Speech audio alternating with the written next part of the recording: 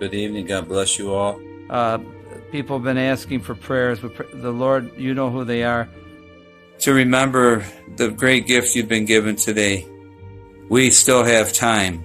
For the conversion of all poor sinners. We got to keep praying for a holy hour of death. That's so important. And a real good priest loves when a sinner comes back after 30, 40, 50 years, whatever. Hail Mary, full of grace, the Lord is with thee.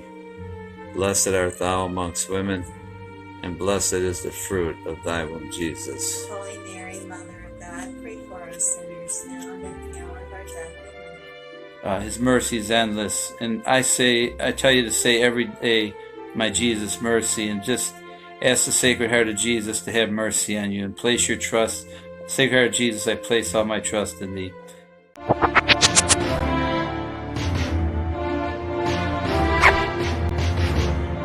Hello again, everyone, and welcome to the front line with Joe and Joe.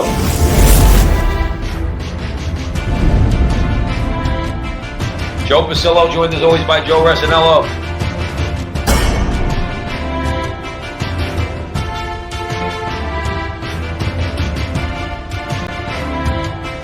Once more, dear friends, let us go into the breach. Hello again, everyone, and welcome to the front line with Joe and Joe. Joe Pasillo, joined as always by Joe Resinello. And once more, dear friends, we are going into the breach. So welcome to everybody. Thanks for joining us again at the front line. Want to make a couple quick shout outs to the people who are always behind us. Joe Campo out in Brooklyn. Thank you very much. Jonathan Ross, HolyFaith Media. He should be streaming on YouTube right now. If not, he'll be posting the video on YouTube. And we thank you all very sincerely for your support.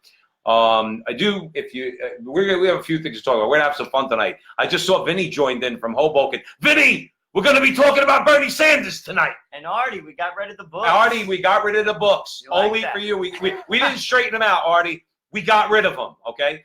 But we did want to make a quick mention. A lot is in the news this week about the Mueller report. Okay, the whole Russia collusion hoax and everything else. Joe and I just wanted to make a quick mention of it, just so you know where we stand. We're not talking about the Mueller report, and we're not talking about Russia collusion for the very simple reason this. Our view is that no matter what, if Donald Trump's in office, the left wants him out. The Mueller report, Mueller going up in front of Congress, talking about it, the whole 9 yards, literally is meaningless, because even if I think you would agree with me, even if he turned around and said, look, Nadler, there's no collusion. There's no obstruction. I know you guys are trying. And if he completely shut them down, okay, they're still going to turn around, spin it however they want, and they're going to find something else. It's just that simple. I mentioned to Joe, they'll find a dead body somewhere, and they'll say that Donald Trump was responsible for killing that person. Therefore, what are the ways? The only thing that's acceptable to the left when it comes to Donald Trump, he either's got to resign, he's got to be impeached, he's got to die. Don't discount that. He's got to die, or you got to beat him in 2020. All right. So this is going to be ongoing. Okay. And so we're not really giving a whole lot of placing a whole lot of importance. Well, I think it's just embarrassment. It's just an embarrassment. Well, see, that's the thing. They bring it back again. It was an embarrassment in the first place. $26 million spent on nothing, and then they basically doubled down again. And frankly, they look like fools. But don't they make us look like fools? Well, at the end of the day, they can't accept the fact that you have a legitimately elected president of the United States, and they, just like little children that they are, they just can't accept it, but they make us look like fools. To be honest with you, it's a coup. It's a coup to usurp an elected president. Right. It's just what it is. They do. Did you mention last week about projection, Freudian projection? This is a perfect example of that, okay? They are always doing that in many, many cases on many, many issues. What they do is they project on you what they're really all about. So you're the fascist, but in the meantime, they do fascist things and all these different things. And Joe just made a good point. We've grown up with this. We grew up with Oliver Stone conspiracy theories and all these things coming out of Hollywood. The fact is that the totalitarians are on the left. Those who cannot accept democracy, all right, and a democratic result, which is the election of the president of the United States, in this case, Donald Trump, they can't accept it. But they'll project on you that you want to subvert democracy or undermine democracy. But who's the ones doing it? Donald Trump, under our constitutional system, is the legitimately elected president of the United States. Dispute. So was Barack Obama. So was George Bush. So was Papa Bush. So was Bill Clinton. So all the presidents. So the bottom line is this. They just simply project, okay, and they want to undermine and they want to uproot our democratic system by trying to get this guy out of office because they just can't stand that they lost. Well, like I said, I think they looked foolish. They looked absolutely foolish this week. They doubled down on something that was dumb in the first place. Right. $26 million spent. We spent the money, and then they tried again, and they looked like fools. Right. Yeah. So, and that's pretty much, as Forrest Gump says, that's all we have to say about that. Well, there it is. All right, because there it is. Nothing really much more to say. Donald Trump will be elected president again in 2020, and we'll be having this very same conversation after that election, and they'll find a new scandal for him. So we just accept it. We're talking about bigger issues. Donald Trump's president, and that's the bottom line. We're talking about big issues here at the front line with Joe and Joe Pasillo and Joe Resinello. Let's go into that breach. And remember, every Sunday at 8 o'clock, we're here. So please check us out and tell a friend. Our first segment tonight takes us to New York City. There's a lot of talk on social media regarding some police officers that got drenched with water and some objects were thrown at them. I think it was reprehensible, actually. It's very sick. It's sick that police officers can't react to something like that. I mean, basically, the mayor had a very blasé statement after basically this has been floating around social media all week. I want to read you what the PBA, if anyone doesn't know what that stands for, it's Police Benevolent Association. They basically have put the blame on lawmakers, and the gentleman who is the president of the PBA, his name is Patrick Lynch. This is what he had to say about it. He said, our anti-cop lawmakers have gotten their wish. The New York Police Department is now frozen. This should terrify people. Should terrify people. It should terrify people. I go to New York City every day. That should terrify you. You know who should be terrified more is those people in minority communities when the cops don't do their job because the cops are afraid to arrest the black kid who's about to assault another black kid for fear of being called a racist. And what's he saying? By the way, you just came up with a great name for de Blasio. We're going to call him Blase de Blasio. Well, there it is. All right. So let me go on with what he said, just to go on with what Mr. Lynch said. He said, disorder controls the streets, and elected leaders refuse to allow us to take them back. The politicians may not care about dangerous levels of chaos in our neighborhoods, but police officers and decent New Yorkers should not be forced to suffer. Yeah. I think he hits it spot on. What you just said, actually, what we were talking about at work. If you're a cop and you know that your administration isn't behind you, are you going to risk your pension? Are you going to risk being blamed? I'm going to be honest with you. You're going to turn the other way. This is actually hurting the citizen. And like I said, this should terrify New Yorkers. New York is a big place. And there was a time, I mean, I'm 49 years old. New York was a dangerous place. There was a time when you were in the subway system and frankly, people would get mugged. Yeah. So that was the 70s and 80s. Right. I mean, return. And the reaction to the person who actually did something about it, who was Rudy Giuliani, was what is the tactic?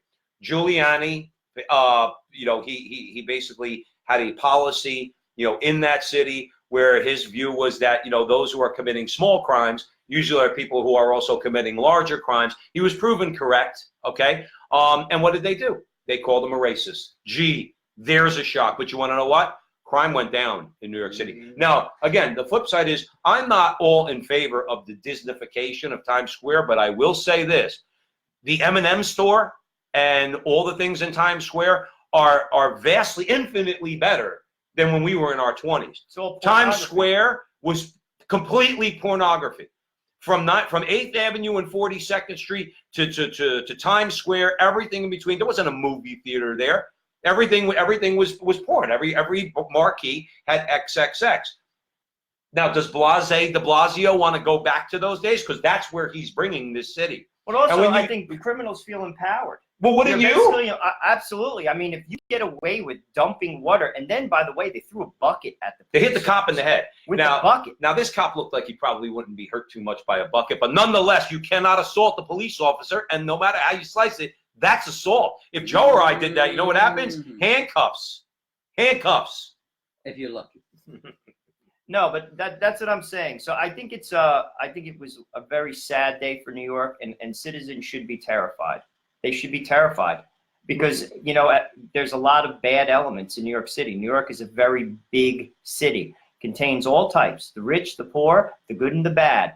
And I'll be truthful with you. Those who are a little bit older, like myself, who knew New York City, do you remember the movie Escape from New York? Yeah. Do you remember do you remember the movie The Warriors? These are movies about criminals. Well, right. That basically ran the city. Right. Well, the thing is, too, what we have to understand is that this is what the people like on the left, like Blase de Blasio, this is what they push. I guess it seems to me they want a breakdown of law and order. I mean, that's all I could see. The more shocking video was one with the kid on the subway who was yelling at the cop. Okay. He's yelling at the two cops and he's making fun of them. He's mocking them. It's like, is this what it's come to? Because if that kid was, let's say, looking to mug me, let's say, or if he was getting in my face, I want those two cops to arrest him. But it seems to me that that's not what's going to happen, or that's the road that they're on under this leadership. Just like the president of the PBA said, Patrick Lynch, under this leadership, these lawmakers are setting the conditions for this. I don't care who you are. You don't do anything to a cop. You don't throw anything at a cop. You don't mouth off to a cop. And I've mouthed off to cops. So I'm not, I have been known to do that. And I've learned in a very hard lesson, you don't do that, okay? You keep your mouth shut, you say, yes, officer, and you keep it moving. They made these cops look like I don't even know what. Karen just texted in or commented, it completely disgusted her. That's the proper response. Two cops walking down the street as people are throwing water all over them. It's disgusting. Well, actually, it just terrifies me because I go into the city every day. Right. If the cops, listen, if you don't respect cops, why would they respect me? Cops have guns. I don't have a gun. I'm in the subway. I'm in the path. I walk through the streets. I mean, it should terrify New Yorkers. Clearly, they don't feel that their bosses are behind them. Their hands are tied behind their back. Clearly. Well, didn't Blase de Blasio, didn't he get up there again recently and reiterate that same lie that he told a couple of years ago about he fears for his black son's safety? His son Dante, I think is his name. Yes. He fears for his. He went and perpetuated that lie again. Your son has nothing to fear from cops if your son is not breaking the law or about to break the law. It's that simple, Mayor de Blasio. But what you've done is you've made people like us now potential victims because the perps are going to look at us and say, the cops aren't going to do anything. There's a guy who looks like he makes some money. You work in a bank, right? Don't you have to dress decently to go to work? And he's in, let's say, for argument's sake, the subway, and somebody says, I'll go and rob him. What's the cop going to do? Nothing. Do you see how things break down if you have this type of disrespect, this lack of respect for authority? Well, I think it's just indicative of the culture. The culture just doesn't have respect for authority. People don't respect anything anymore. They don't respect the law. They don't respect Constitution. They don't respect families. They don't respect religious liberty. They don't respect anything. And this is just indicative of what's going on in our culture. And frankly, it's sad. It's a breakdown of society. Believe me, you don't want anarchy. You don't want anarchy. But it doesn't it seem, see, we always have to ask ourselves, what is the end game of this? You know, like a guy like de Blasio is going to preside over a disaster the way Dinkins did, and then there'll be a reaction against that, and you'll get, let's say, the next manifestation of Rudy Giuliani, who's going to come back and restore law and order. But in the meantime, why would they do this? Now, this is an open question. I don't pretend to know the answer, let's say. But it does seem the left wants a certain amount of anarchy. We mentioned it before about San Francisco, the whole societal breakdown. Disrespect and lack of respect of the authority that police officers have is part and parcel of that social breakdown. You have to respect the police. That's it. That's part of what we do. They can't be obedient to anything. They have this idea of freedom. It's unbridled. Freedom isn't unbridled. Just like in anything, you have a family. There are rules in a house. Just like when you were in school, there were rules in a house. You couldn't just get up and walk around the classroom. In anything, in a job, there are rules. You can't do certain things. Some things are not acceptable. This is just life. Right. This is what it means to be an adult. And they cannot accept that. They refuse to accept it. Well, does it ever strike you that, in other words, these people who don't seem to want any rules, but they're so quick to impose a billion rules on you? You know Well, what I mean? and They have a worldview. They want to impose their worldview. They want to enact legislation, let's say, that puts the clamp down on you. But in the meantime, for what? They would probably love laws that would arrest us for doing something so brazen as the Frontline with Joe and Joe, where we're actually trying to hash out these things and talk about these things and spread truth in this culture and in our society. That they'd have no problem imposing that rule. But when a kid throws a bucket at a cop and the cop turns around and says, put your hands against the wall and spread your legs because you're under arrest, they would say, well, no. That cop is white. That kid is black. The kid's, because of poverty or whatever, systematic racism, whatever that means, had a right to throw the bucket at the cop. So it's not like they're devoid of rules. They just want to take away the basically the commonly accepted rules, like being respectful to police officers, and replace that with their own set of rules. But here's the thing. It works against them because, again, if I'm a cop, say I'm 15 years on the job, me and you are partners, and I know that my pension's on the line, if there's something that's a little gray that I think that could work against me, frankly, I'm just going to walk away. You work with the gray? I'm just going to walk away because at the end of the day, you're not going to risk your livelihood. You're just not. Right. So it's going against them. Right. No, I know. But then you always have to ask yourself, is it by design? In other words, do they want the cops to stand down? Do they want a certain level of chaos, anarchy, violence, let's say? We know in some cases in other cities where they allowed violence to go on, okay? Where remember the mayor, I think it was when in the Freddie Gray case, I think when the people in Baltimore, I think it was, where they were protesting in the street, and the mayor came out and says, oh, and the protesters, and we're going to give them room to do what they want. No. These are people that are breaking things. They're looting stores. They're breaking windows. They're breaking property. They're going after people. No. They don't have the room to do that. You don't give them the room to do that. You arrest them. But then the thing is, that the funny thing is to have this view, now we're a fascist.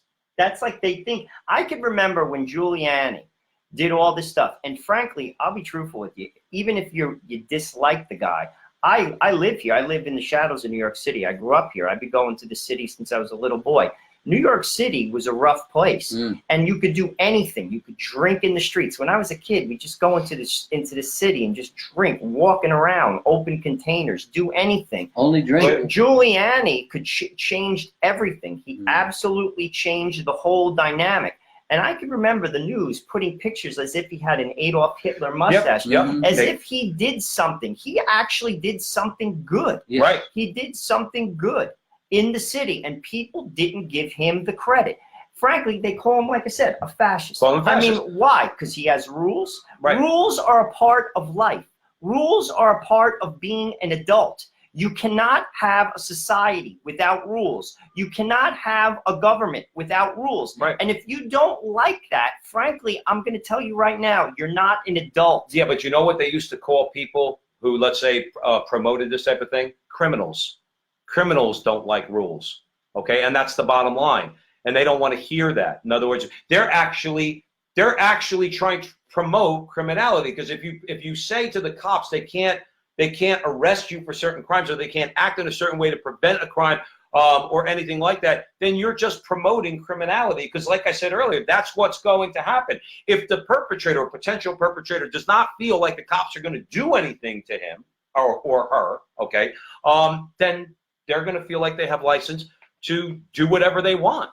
I heard one theory was that one of the things the left wants to do is like, now again, this is going to sound conspiracy theory-ish, okay, but I wouldn't doubt it for a second, that what the left really wants is they want the destruction of all local police forces. In other words, all local cops, whether it be municipal, county, state, and replace it with a national police force, okay? Basically have an FBI with a lot more people and a lot more guns, and they basically run everything. They run law enforcement, local law enforcement from Washington.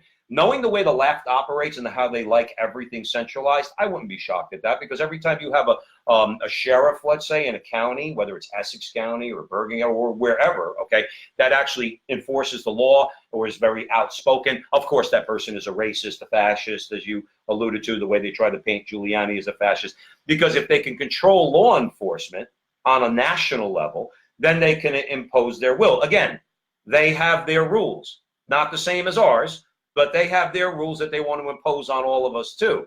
That was one interesting theory I heard, because nobody can doubt, and the one reason why I give it a little bit of credence, nobody could doubt that police departments are under assault. Okay, the only difference is usually it's under assault from the outside. Now in New York City, with this particular case, the police department is under assault from the mayor and the city council. Okay. And another thing about de Blasio, too, you should realize, and we've said this before, it's the cops and the union people, the firemen and all those people in New York City that put the Democrats in office because of their union contracts. I wonder how the cops are going to react to him now in the next, let's say, mayoral election. I think this was a nail in his coffin. This is a mark. Really, honest to God, I don't think this is going to go down on his legacy as a good one. Well, the thing is, ask yourself this. Legacy for Bill de Blasio. I understand what you're saying. I think to say that he'll even have a legacy. No, but like he's saying what he'll be known for, what he's remembered for. Right. He'll be known for being David Dinkins Part 2. Okay. Because remember, David Dinkins, he allowed for riots to continue and everything also, then told the cops to stand down, all right, at one point. De Blasio seems to be doing the same thing. Hopefully New York will react to that. Hopefully New York will put in elect a sane mayor who's going to reestablish law and order. Because like you said, we both work in the city. We have friends and family that work in the city. I'm not, let's say, altogether 100% secure in my person as I'm walking the block and a half after I park my car and walk to work. Okay. And funny enough, you're saying this, one of the reasons why I park my car when I go to work, because I was taking public transportation, because my wife follows all this stuff. And she said to me, she goes, I don't want you at Port Authority. I'm nervous. My wife wouldn't sleep. She goes, please drive your car. Please see if you could get a good deal on parking, because going to Port Authority, and let's say I work sometimes very late at night and I get out 12 or 1 o'clock in the morning. Port Authority doesn't look like the greatest place in the world to be walking through. And again, I only say this because I'm just a normal guy, but I fear. I keep my eyes open. I'm looking all around me. And the thing is, you should do that anyway. But with the cops being afraid to do their job, then you really have to be much, much, much more aware. So he's doing a disservice to this city. Again, I don't know what his ultimate intentions are. He was running for president. Now he's not running for president. He got up there just to. He's not running anymore. We have a choir here today. One of our buddies, he's sitting behind the camera. Michael's with us today. It shows you how much you're growing. So he actually come in and sit in on the show. But yeah, so that's where New York City's at. Hopefully they come to their senses and do something about it. Well, Hopefully. they should. Hopefully. Because like I said, it should scare you. If you go in and out of New York City, if the cops are afraid to do their job, it should scare citizens. It should. Joe Campo chimed in. He said, what would happen if someone threw water on Mayor de Blasio? Joe, I'm going to go out on a limb. If I threw water on Mayor de Blasio, I'm getting arrested. Okay? Again, it's selective enforcement of the law. De Blasio, I mean, just to put a finer point on him, anybody who even listens to this guy's complete hypocrite. He talks about all about Green New Deals and everything like that. He wants a retrofit. Here's one that I wonder how he's going to get around this. Okay, he wants every building owner, every landlord in New York City to retrofit their buildings over the next 10 years to comply with the Green New Deal that doesn't even exist yet, okay? And everybody's just saying the same thing. Is that a joke? Do you know how much money that's going to cost these people, okay? One of his biggest voting blocks in New York City, okay, are Jewish people. They own a lot of those buildings. I wonder what they're going to do. Because you think they're going to vote for a Green New Deal where all of a sudden they get a bill for $1 million because they had to retrofit one of their buildings, okay? But see, he doesn't care. He just seems like he just says things and doesn't wonder how that's going to affect the people that may or may not vote for him. It really is nuts. This is almost surreal. This Bill de Blasio's administration is like taking a good long look at the most surreal Salvador Dali painting. You look at it and go, What the hell's going on there? Well, And that's what you do and in the New sad York part is City. the people elected him. So as my mother would say, you get what you deserve. Get what you deserve. Anyway, we have And PM what check. my mother says, look to the guy who you think most of and do what he does. So Michael chiming in again. Let's just give a quick shout out. PM, Artie, Joe checking in, Vinny from over in Hoboken. We got Sean with us. Eddie's with us. Eddie coming in from Florida. Eddie just won his bodybuilding contest. Big shout out to Eddie. We got Karen with us. Don, my baby's out there chiming in. Artie, I'm sure, is happy because we got rid of the books. So that's good. And Jonathan up in Toronto. Jonathan joined us. So let's keep it moving, because the more you talk about Bill de Blasio, the more you really need a brioche. So let's keep it going. Okay. Remember, you're with the Frontline with Joe and Joe every Sunday at 8 o'clock. Please join us and tell a friend. Our next segment, Bernie Sanders has proven, Joe, what I have said for years. He gave us an economics 101 course. Basically, what he's doing is he is paying his staffers $15 an hour. He was one of the largest proponents of raising the minimum wage. Now, this sounds good on paper. However, this is something I've been saying for the last 2 years. When you raise wages without real growth, that causes hours of employees to decrease. And guess what Bernie Sanders is doing? He's decreasing Cutting hours for his staffers. He's cutting hours. This is something that is economics 101. Vinny, he told all the capitalists that that it was wrong for you to cut their hours. And Bernie Sanders is doing the same thing. He's going to pay them the $15 an hour, but then he told his main people, cut all their hours. You're the capitalist now, Bernie. Now you get it. You see when hard economic reality hit you right in your crusty old socialist face? Do you see what happens? Okay, now you're paying those people $15 an hour, but now you're cutting their hours. And this is a reality. I'm going to tell you right now, I've been saying this forever. Either people who don't understand this, either, to be honest with you, are naive, like a 16-year-old. Right. Someone who may not work in a business, a corporation, or frankly, they just may just not know. I don't know. Okay, but let me explain something to it. I'm going to break it down from the perspective of McDonald's. I own a McDonald's. When the government forces me to pay my employees, now this is not just me, anyone, any person. What's going to happen is this. If you have 7 cashiers and you're forcing me to pay them $15 an hour, you're now going to have 4 cashiers. Right. And you're going to wait longer. You see, people are under this misconception that people on the top are going to take the money that they get and share it. It doesn't work that way. Business, listen, I didn't make up the rules. This is the way it is. This is life. We're not in heaven, okay? And this was something Barack Obama didn't get.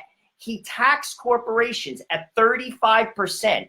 Guess what happens when you tax corporations at 35%?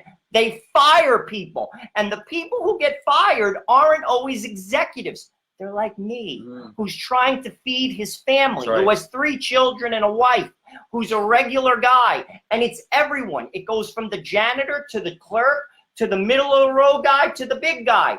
And they sell this to people, and people actually buy it. Oh, it's great. We're going to pay them $15 an hour. Guess what? It's a net gain of 0, because this is the deal. The ratio of pay to the ratio of hours worked always nets out at 0. So if you're paying someone more, you're going to cut their hours. Right. This is common sense, and Bernie just proved it. He just proved it. And people still will be like, yay, $15 an hour. It's a net gain of 0. If anything, it hurts the common person. He just morphed from a socialist to a capitalist in a matter of a week. Okay, because he doesn't. Now, you want to talk about economic growth. You want to talk about real wage growth. Joe said something very important. And one of the things that we try to highlight all the time about our current capitalist system, which has a lot of holes in it, okay? Because we want people to get paid better. Joe used the proper word, organic wage increases, not wage increases that are imposed by the government. You know how you get some more organic wage increases? Joe, you want to piss some people off? Should we piss some people off? Okay? You Chamber of Commerce evangelical conservatives, okay? Stop employing Mexicans coming across the border. Support Donald Trump to secure that border. So all these people don't come in and take jobs from Americans who will demand more money, okay? But instead you have all these people coming in and they're willing to work for $8 an hour instead of the guy who rightfully should be getting paid $15 or $16 an hour.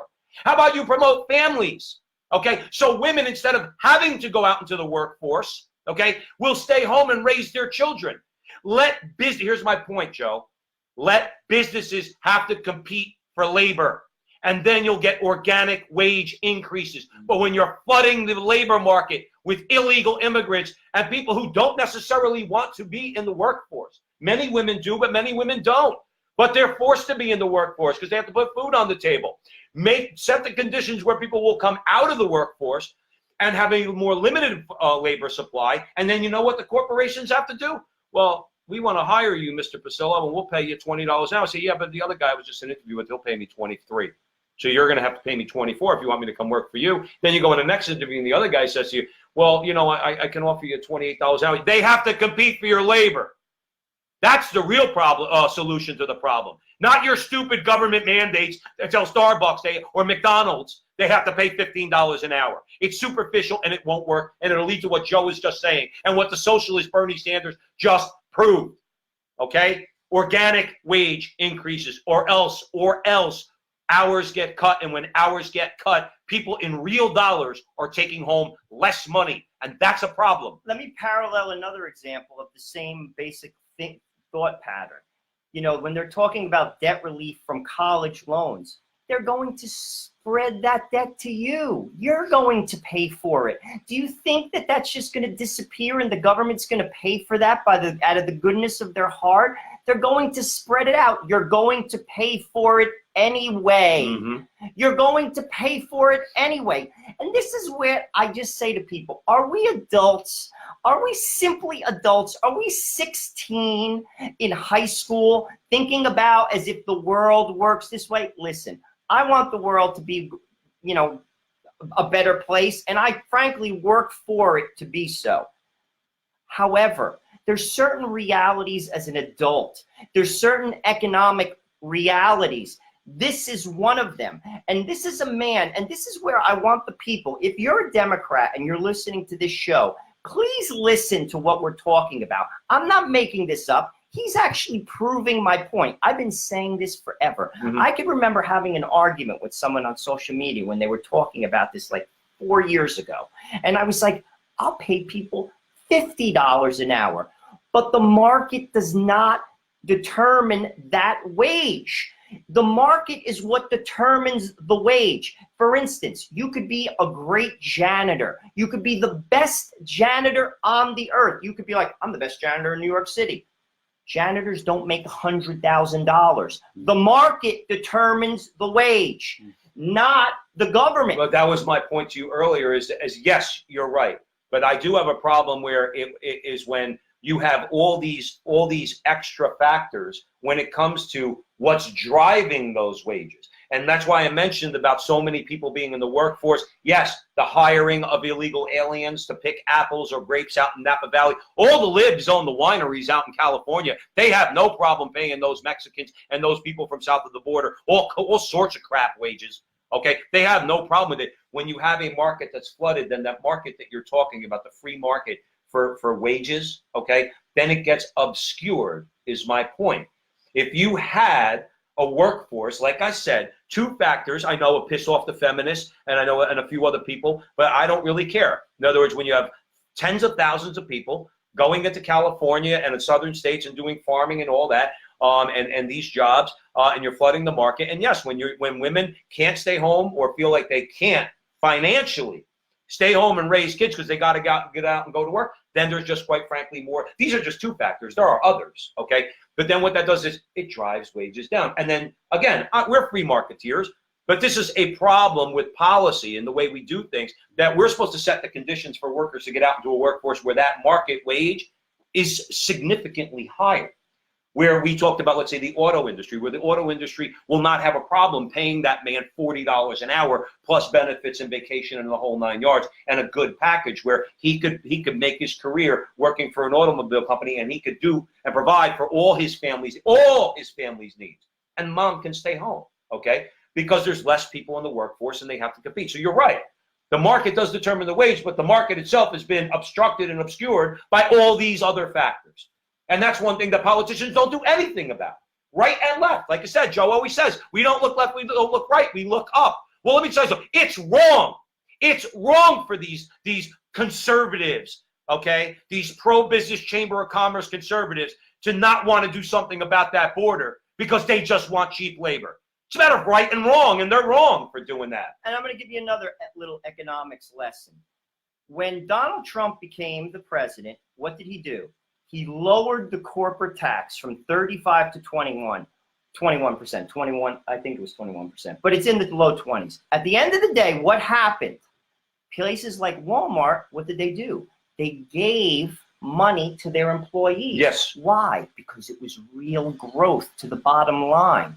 You see, that's how wages are driven. Mm-hmm. It's driven.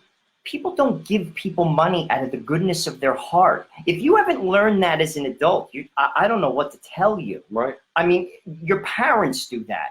You go to work and basically you provide a service and you're paid. That's right. That's how it works. Right, and it's not supposed, like you said, it's not supposed to be charity. I don't want my boss to give me anything out of the goodness of his heart. In fact, he doesn't have to like me at all. But it doesn't work that way.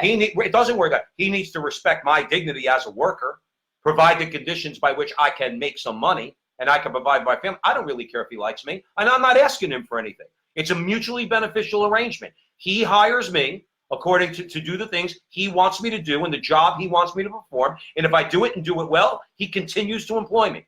It's a business relationship, okay? I don't want his, I don't, like I said, I don't really care if he cares about me, but he's at the very least going to do that. But that's why a president, you see, this is where, frankly, Barack Obama didn't get it. Or if he got it, he was selling people a bag of goods that didn't get it. Mm-hmm. Because when you overtax the corporation, the corporation takes it out on you. Mm-hmm. It takes it out on the regular person. You're not getting the man. The man always gets paid. That's the truth. Trust me. Yeah. I worked for the man. I've worked there for 2 decades in banking. I get it. I know how the man works. You're only hurting the worker. All you do when you, and it's not all rich people. You see, this is the misconception. People, I can see it right now. Oh, screw this guy. He's a banker. I'm not rich. I'm just trying to save money for my kids and take care of them. Right. And there's a ton of people like me. By the way, it's everybody. It's people who sell suits. It's people who work at McDonald's. It's people who work at Walmart. It's people who sell pizzas. Mm-hmm. When you tax people too much, the employee suffers. That's right. And you have to walk a finer And line. and the customer. You'll wait on more lines. This is a business Your after all. service will go down. You see, Barack Obama, either he probably got it, but at the end of the day, he was funding his programs because he's trying to help you. He's an ideologue. By the way, poverty went up under Barack Obama, particularly in the black community. Don't say that. Don't say that too loud because CNBC will call you a racist. But this is true. So I'm just telling you, if you're the president now, you can't have unfettered capitalism. You do have to tax the corporation. You do have to regulate the corporation. By the way, I am a regulator, just so you know. I'm not going to tell you where I work, but I am a regulator at a bank.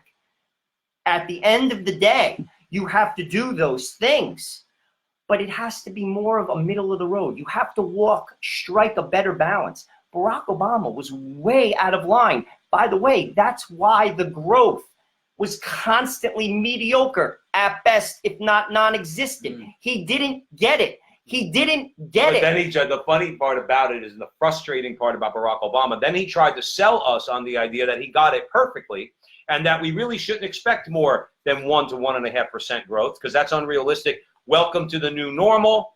Those jobs are not coming back. Okay, let me tell you something. You could love or hate Donald Trump. That middle road that you're talking about, the middle of the road, that middle ground you're talking about, Donald Trump gets it. Donald Trump knows there's some businesses that are just not going to pay that well. I mean, they're entry-level jobs, fast food workers, things like that. They're not meant. Christian just is chiming in. Hey, Christian from Florida, good friend of mine, was talking about, these jobs are not meant to be a living wage. Okay, so certain jobs don't pay that much. They're meant to teach, particularly young kids. That's who works in McDonald's, Burger King. Teach them the value of a paycheck, to be responsible and accountable and diligent, and all the things that work teaches you. Okay, but Donald Trump gets that. But when it comes to the jobs, and everybody knows what I mean by the jobs, blue collar manufacturing, Donald Trump gets it right off the bat. Screw the left and screw the right. Okay, you're not going to allow Chinese steel to come to the United States and our steel workers get screwed. Just as an example, you're not going to rip us off Canada and Mexico. No offense, Jonathan Ross. I know you're in Toronto, but you're not going to rip us off. No, we're renegotiating NAFTA. He gets that middle ground. He understands it. Okay, make it. It's not just wanting people to get paid more and not having a solution for how they're going to get paid more outside of making sure you regulate them and mandate that they give them $15 an hour. All right, like crusty old socialist Bernie Sanders. He just proved it. He's actually doing what will happen if he's elected. I want people who don't support these ideas to think. Think about what he's doing. This is a small microcosm of what will happen on a larger scale. Nothing is free. We talked about this on the show. Nothing is free. The government takes it from you. They take it from taxes. And it's not just the rich people. Right. They're selling you a bag of goods. And you know something? It's not just high-end jobs. It's people who work at Walmart. It's people who work at Burger King. It's people who work at Kentucky Fried Chicken. Well, I told you about a conversation I had with a friend of mine, okay? Now, this is a person who, as a single person, probably was complaining to me, said that my boy took away her tax write-offs. I said, my boy? She goes, yeah, Donald Trump, okay? All of a sudden, Trump became my boy. But it's along the lines of what you just said. She explained to me how on one job, she's probably making about 75, 80 grand a year. And then at another job she does, she's probably making another 75, 80 grand a year, and she's a single woman, okay? I looked at her right in the face. I said, well, your people, meaning the Democrats, I said, your people think you're rich. Don't blame me. Don't blame me. Don't blame Donald Trump. Your people are telling you that you're rich because you make over $150,000 a year as a single woman in New York City. And yeah, you're going to use tax deductions. Let's say she was writing off certain things that she couldn't write off anymore.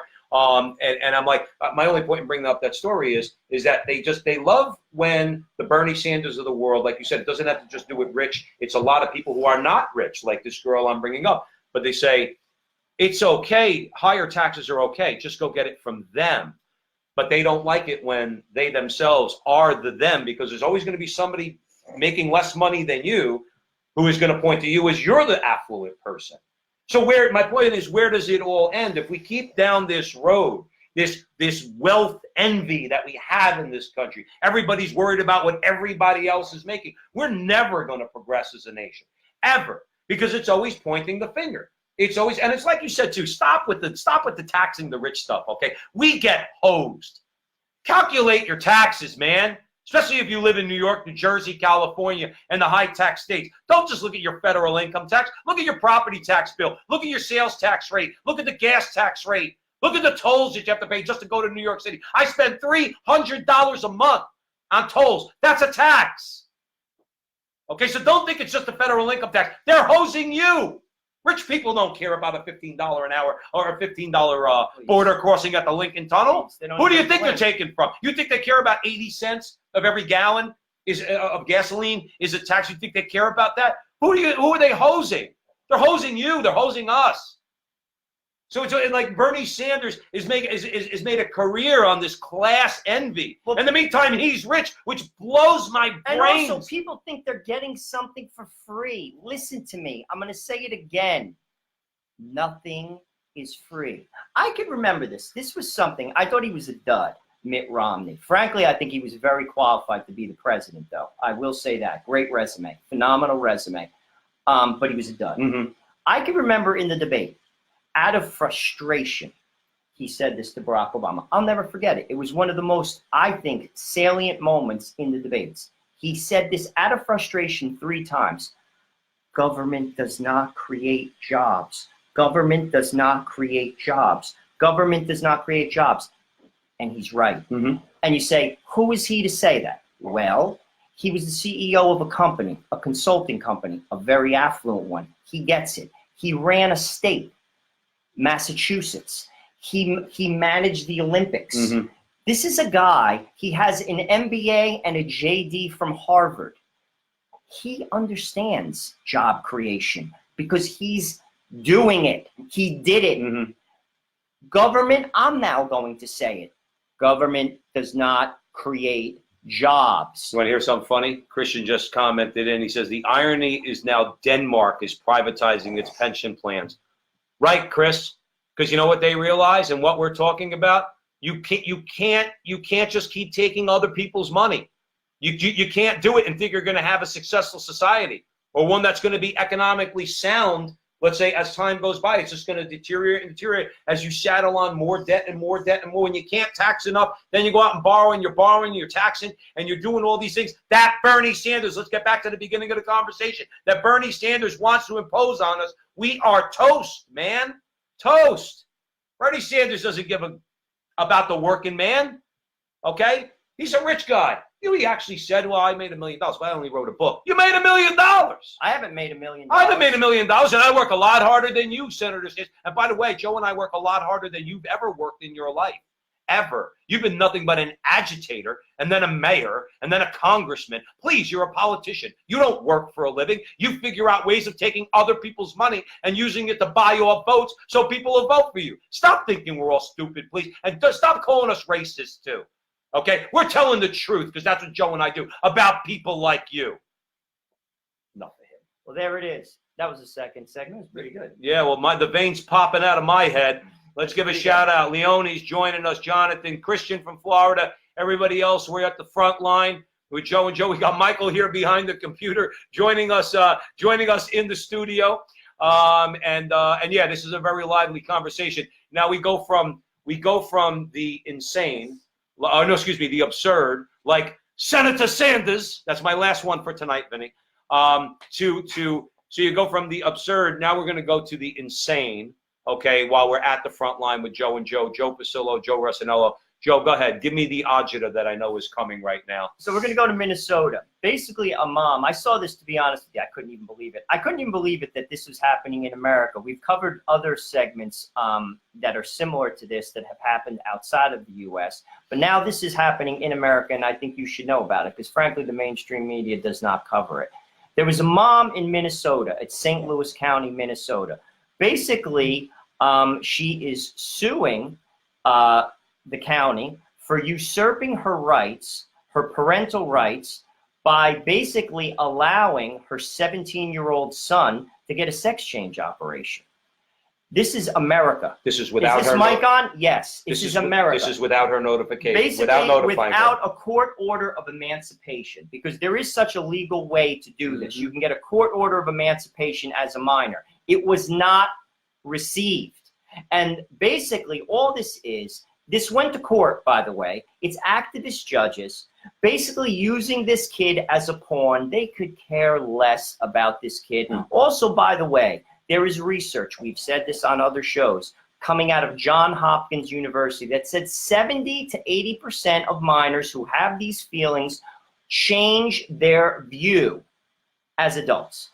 So now you're basically causing irreparable damage. You're mutilating this child's body against the parents' wishes without a court order of emancipation. And that's fine. That's fine. That's fine. This fine. is America. Right. I can't even believe this. By the way, this should terrify every parent, every person who has a child that listens to my voice. This should terrify you. Couple things. We started out this whole conversation tonight talking about the lack of respect for authority in New York City with the cops, and how that lack of respect for authority is being promoted by people like de Blasio, at least, you know, through indirectly through his policies and yes, the things that he says. But look at this. This is also a direct assault on authority. Who's the primary authority after God? Your mother and father, your parents, okay? You can't do anything. I remember when we were kids, if you were taking a bus trip to the zoo, remember the Turtleback Zoo? You used to take a bus trip when we were kids up on, what was that, Mount Pleasant Avenue, right? So Eagle Rock Reservation. Eagle Rock Reservation. So you had to, everything you did. I won a thing to go to a Yankee game when I was in grammar school, okay? And I had to get a release from my parents. I went to Turtleback Zoo. Get a release from the parents. Everything you did, you had to get a release from your parents. Now you could go get a sex change operation without approval from your parents. You can't give a kid an aspirin in public school without getting parents basically permission. Right. But you could have this child, 17 years old, and if he wants to get a sex change operation, that means he's got the mind of he's really an immature young man, and he needs to grow up. Okay, you could go do that. Of course, this is going to be very, very closely watched by Planned Parenthood and the rest of them, because if this woman sues successfully, okay, and they find that whoever the authority was supposed to have notified the parents, that's going to spill over into parental notification when it comes to abortion also, and they're deathly afraid of that. Okay, that's one of the things where that's still, I think, primarily regulated by the states. That doesn't fall under Roe versus Wade. Each state has the authority to say that a minor has to get approval. I think I'm right on that. If I'm wrong, please correct me. I think I'm right on that. Whereas you'll now have it where if this judge rules in favor of this woman and she wins her lawsuit, well, then parental notification is obviously going to have to be applied. In a lot of different ways. A couple things. This woman is fit. I want to be clear on that. This is not like, the term fit, meaning these are sane parents. That's number one to know. This was taken to a court of appeals, and they upheld the decision. Once again, the importance of having real and sane judges. This is insane. Insane. Now, she's pushing it to the Supreme Court. Frankly, I think she's going to win, and she's going to take that county to the frigging woodshed. She should. In plain English. They're going to pay her because they did not do things. Listen, I didn't go to law school, but at the end of the day, a 17-year-old is a minor. And at the end of the day, you do not have the right to tell parents what they should do, particularly when it comes to mutilating their child's body. So I think she's going to win. I think it may go to the Supreme Court. I think they're going to take a beating. But they have to get. But in the larger scheme of things, the state here, okay, needs to get a real big smackdown, because what this is ultimately, again, we always wonder, well, what's the end game? The end game is they want this kid to destroy himself, okay? Well, because that's what he's a pawn. They don't care about him. They're making their point. It's just activist judges. They could care less. By the way, you think Barack Obama's going to let his daughter get a sex change operation? You think he's going to let her get an abortion without him knowing? A break. This is my whole point. They're full of crap. It's all good unless if it's you.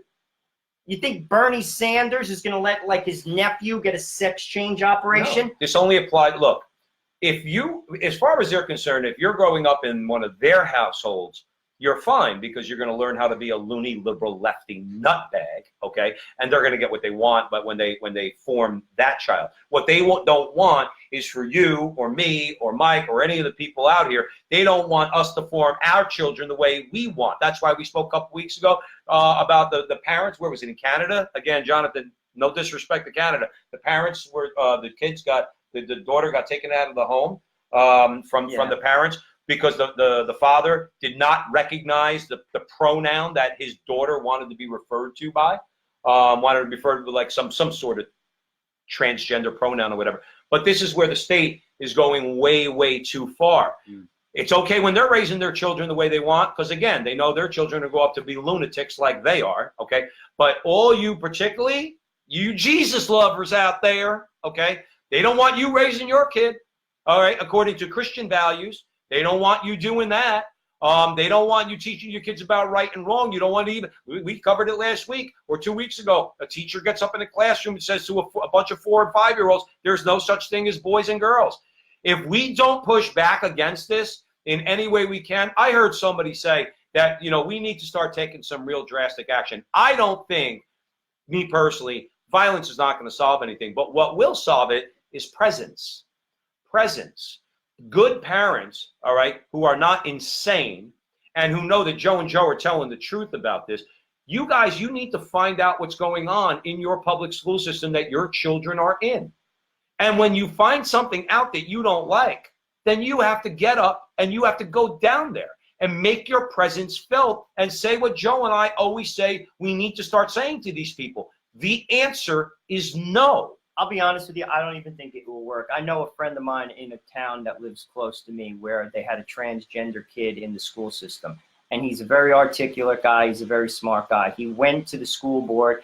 He basically pitched his case. He basically communicated it in a very, very intelligent way. He was voted down 9-0. The unions are in the bag. This is the agenda. There is no, I'm going to be honest with you. The school system, this is the agenda. They're basically shoving it down the American students' throat, whether you like it or not. And frankly, the only option is this. You either homeschool your kid or you send them to private school. Or people get their head out of their you-know-what and vote these people out. And that's why we have this show. And that's why we're raising our voice and communicating our point. This is not healthy. I am very sorry. If you're an adult and you want to mutilate your body, I feel sorry for you.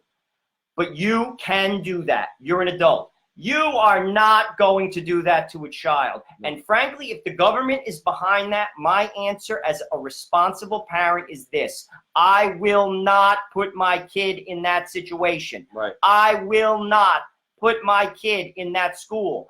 If that means they have to be taught in their house, if that means they go to private school, which is what me and my wife are doing, that is exactly what we will do. And frankly, Joe, this is the people, I don't know what is in their head. I don't. This isn't just insanity. At some point, you want to say to all those parents that would allow this or have no problem with it or who are indifferent to it, if you want to send your kid to that school, then you go ahead. And if you want this to happen, but you have to say, and this is part of the dilemma that we're in. This is why the politics all matter, okay? Who we vote for, particularly on a state level. How do they fund the public education system? Through your property tax. When you take your kid out of that school, okay, and send your child to a private school or homeschool, and you have to pay that additional expense, they're laughing at you in the public school establishment because you're still paying the property tax. You have no No, but that's why you said political action is what's needed, particularly on a state level, in a mess of a state like Minnesota or New Jersey or New York, where we have to start demanding of our state representatives, okay? I do not want to pay that portion of the property tax. I don't want to pay any property tax at all, but I don't want to pay any portion of the property tax that goes to the school system. I'm not paying it because I'm not going to have my child in that school. I'm going to take my kid, I'm going to send them to a private school. And on a state level, I don't know why. I wish that was the case. They won't do it. They won't do it. Like, people will not tell these politicians. In other words, they won't tell them that. They rail against property taxes, but they don't do anything about it. And the other thing, too, is because of the fact that, unfortunately, and this is a whole other conversation for another time, you have many people that have a voice in how much property taxes are who don't own property. There's a fundamental injustice here. If you don't own property, you have nothing to say about what the property taxes should be. And that's the way it should be. Property owners should vote on what the property tax should be. You see how fast this would change. My larger point is that they laugh at us. They laugh at us because you made the point very clearly, all right? I know you're going to do this, all right? We're going to send our kids, they're going to go to private school, okay? And yes, they're going to go to Catholic school. So it'll be grammar school, high school, and then wherever they end up going to college. That's the way it's going to be. You are still going to get hosed for the additional expense of property tax because you own a home, and you're going to have to pay for your child's education. And that's not fair, is my point. That's a given. And that's why people have to vote these people out. But sadly, the culture has embraced this. I don't understand it. Maybe I'm the weird one. Maybe. No. I don't get it. I simply don't. But this is the direction we're going. This is the direction that people are comfortable with. A large swath of them.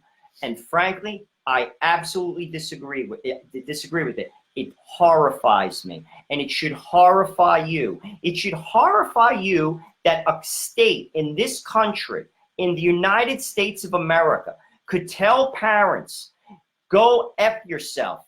We're letting your 17-year-old son mutilate his body without your consent.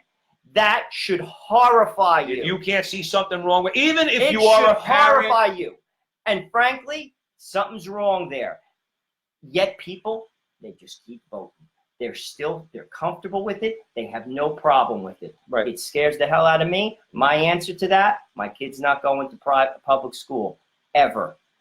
I don't believe in it. I don't believe in it. And I'm going to tell you why. I want you to teach the subject and nothing more. I'm not interested in your political ideology. I'm not interested in you forming my child. Not interested in your social engineering. My child, right? Because I'm the parent. And frankly, for decades, that was the American way. It is no longer. Therefore, I am opting out. I am opting out from the start. And if you're opting in, you should be fully aware, eyes wide open to what is going on. And we're not making this up.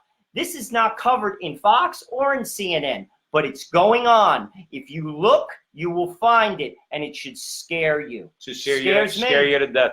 Let's give a quick shout out. Christian made a good point. And Christian, I remember that he said, Joe, no 10th place trophies back then. Remember we were talking earlier? Yeah, didn't get a trophy for coming in 10th place back then. Sarah's checking in with us. Sarah, thanks for joining the front line with Joe and Joe. Joe Pasillo and Joe Rossinello every Sunday night. She said, I think you guys are right on that. Thank you, Sarah, for having our back. Christian, Jonathan called Justin Theroux a turd. And that's from a Canadian, so it wasn't the Americans. Vinny, it wasn't the Americans calling him that. That was a Canadian calling him a turd. So anyway, we got the front line with Joe and Joe. That was a pretty good conversation. We had to have a little. Listen, it ended on unfortunately a note where we're like this about this public school establishment, but we really, like Joe said, we have to keep our eyes open. We have to keep our ears open. We have to hold these people's feet to the fire as best we could, and we're going to keep spreading the word. We're growing our audience. Thanks to all of you. Thanks to Jonathan up in Canada, Joe Campo. So we're definitely getting the word out, and people are starting to respond to the front line with Joe and Joe. So we're going to be doing this every Sunday night. Every Sunday night, 8 o'clock, we're going live, and then you could catch the show on our Facebook page at the front line with Joe and Joe, and also on HolyFaith Media on YouTube, which Jonathan Ross will be posting it over there. Comment, like it, hate it, disagree with us, whatever the case may be. But by all means, share it, and share it with your friends. Let your friends know about the conversation at the front line. That's what's been going on. That's what will continue to go on. In the meantime, Joe and I, we're just going to keep telling the truth, because that's all we can do. Keep telling the truth. And also, for Artie's sake, comment on the books. Yeah, I actually like the books. I'm going to go on record. I'm going to say I like them. But if you don't, say, let us know. It's a new look for Joe and Joe. So let us know. In the meantime, our conversation is your conversation, and that conversation, that's going on everywhere. So we'll see you next week at 8 o'clock. Amen.